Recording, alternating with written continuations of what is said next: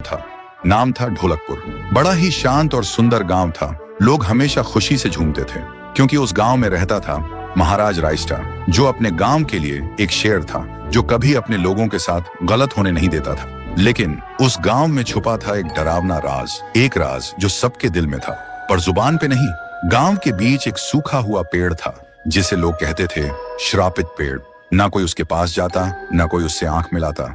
हर पूर्णिमा के अगले दिन उस पेड़ के नीचे एक लाश मिलती थी। लोग कहते रात में कोई आता है और लाश छोड़ जाता है, लेकिन कभी किसी ने कुछ देखा नहीं, और देखता भी कैसे। जो देखता वो अगले दिन पेड़ के नीचे होता था। एक दिन रायस्टार ने ठान लिया, बस अब और नहीं, इस राज का अंत मैं ही करूंगा, क्योंकि ढोलकपुर का नाम मिट्टी में मिल रहा था। फिर एक पूर्णिमा की रात रायस्टार चुपके से जाकर पेड़ के पास बैठ गया। रात के 2 बजे एक आवाज आई, थुम थुम थुम थुम थुम थुम थुम थुम थुम सहूर।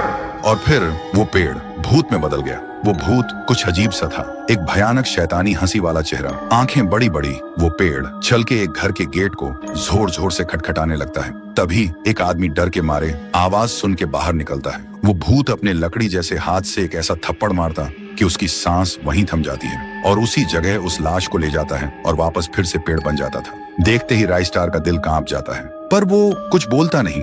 सुबह लोग भीड़ में जमा हुए और रायस्टार ने पहली बार उस पेड़ से बात करने की कोशिश की। पेड़ के अंदर से एक आवाज निकली, क्या तुम सब भूल गए मुझे? रायस्टार बोलता है, तू कौन है?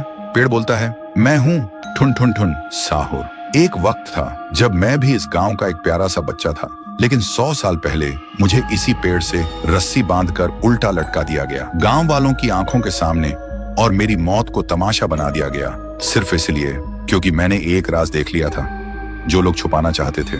और उसी पल से मेरी रूह इस पेड़ से जुड़ गई। उस दिन से मैं इंसान नहीं, एक सज्जा बन गया, और हर पूर्णिमा में एक राजदार को चुनता हूँ और फिर उसे उसकी खामोशी का हिसाब देता हूँ। रायस्टार बोलता है, लेकिन अब तो वो लोग मर चुके हैं ना जो तेरा कसूरवार थे। अब तू मासूम लोगों को क्यों मार रहा है? पेड़ कुछ देर चुप रहता है, फिर बोलता है, ठीक है, बस एक बार मुझे याद करो, एक दिया जला दो, फिर मैं कभी किसी को नहीं मारूंगा। फिर रात में सब लोग आते हैं, एक एक दिया जलाते हैं, और तभी पेड़ अपने आप से आग पकड़ लेता है और आखिर में मुक्ति मिलती ठुन ठुन ठुन साहुर को। उस दिन के बाद गांव में कभी कोई लाश नहीं मिली। हर पूर्णिमा में लोग एक दिया जलाकर उसकी यादों को जिंदा रखते हैं, क्योंकि अगर भूल गए तो सपने में एक आवाज सुनाई देती थी, थुम थुम थुम थुम थुम थुम थुम थुम थुम सहूर। एक गांव